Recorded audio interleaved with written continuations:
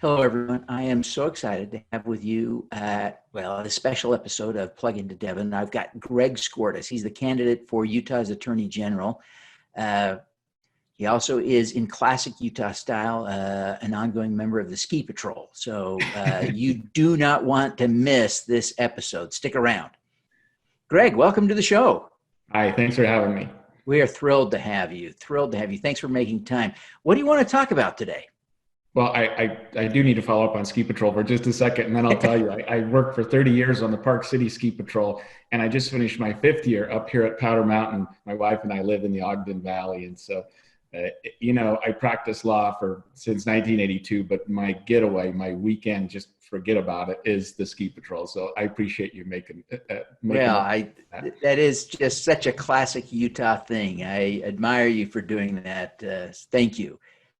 So what I thought might be nice to talk about today, Devin, and I'm familiar with you enough to know that you probably know as much or more about this than I do. But Utah, in the last couple of years, the Utah voters have enacted 3 voter referendums, ballot initiatives. And I'd like to talk about each of them a little bit, maybe starting with one that I think is near and dear to you, and that is the expansion of Medicaid here in Utah. It has a lot to do with me jumping into this race. And I'll just say this at the outset. Utah has joined a lawsuit, our Attorney General has, with 17 other Republican Attorneys General, the effect of which would be to have the Affordable Care Act, which was passed by Congress, declared unconstitutional as sort of an unconstitutional taxation. Now, you might say, okay, well, they're lawyers and they're entitled to their opinion, and that's fine. But Utah voters in 2018 passed a ballot initiative that does the exact opposite. And it wasn't a partisan thing. It was something that was touted by both sides. There were equal amounts of money spent from pro and con, and Utah voters passed by a majority a ballot initiative, it was Proposition 3, to expand Medicaid in Utah, to expand it. And what does our Attorney General do? And it's enough that the legislature has gutted that referendum, just gutted it. But our Attorney General goes one step further and files joins a lawsuit to do away with the Affordable Care Act. You know what that does, Devin, to 150,000 Utahns? It makes them uninsured. 150,000 Utahns. And you know what the tag to this was, the price tag? 0.15% addition to the sales tax. That's not 1%. That's not 0.5%.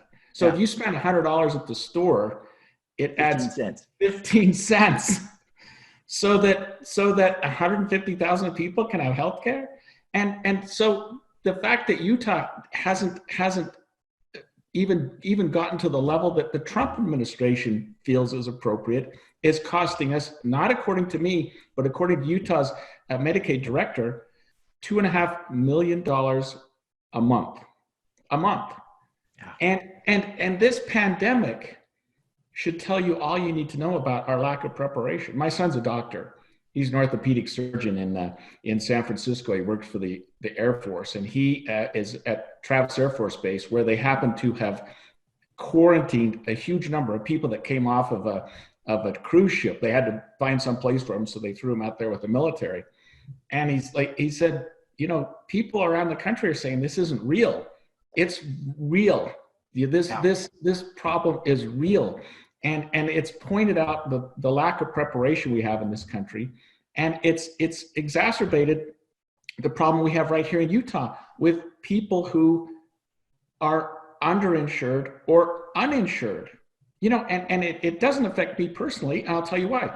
I have a small business, I have a law office, and the entire time I've had that law office, we have provided full medical and dental insurance to all of our employees without any exception at all, even though I didn't need it because my wife works for the federal government. She's an attorney for the federal government. I'm insured. It wouldn't cost me a penny, but we provided it to all our employees the entire time I've been in practice. And that's since 1982.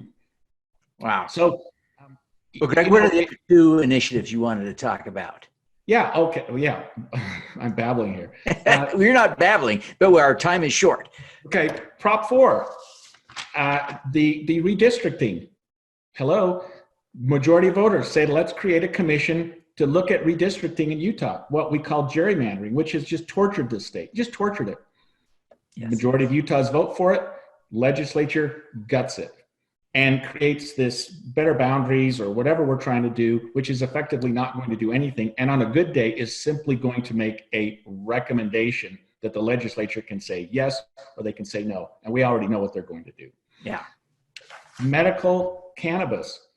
We're not talking about recreational. I'm an attorney, and I've seen the dangers of drugs and alcohol. And I'm not a proponent of anything that would create another bad driver on the street. We're talking about medical cannabis, where a doctor prescribes it under limited circumstances. It's regulated 100% by the state, and it's for people that have very designated and controlled medical problems. They can go to a doctor and get a card so they can get relief from those problems. Our legislature and our attorney general sits on their hands and does nothing and invites lawsuits from individuals that our Supreme Court's had to deal with. And that's where we are with these propositions. And it's just tragic, Devin. And that's one of the reasons people need an attorney. Yeah, that's exactly right. The people need an attorney. Well, Greg, thank you so much for taking the time to be with us today. Before you go, tell us, what is your superpower? I don't know. I guess my superpower is I'm 62 years old and I can still ski patrol and race bicycles, and I feel like I'm maybe 42 years old. That is a superpower. That is a superpower.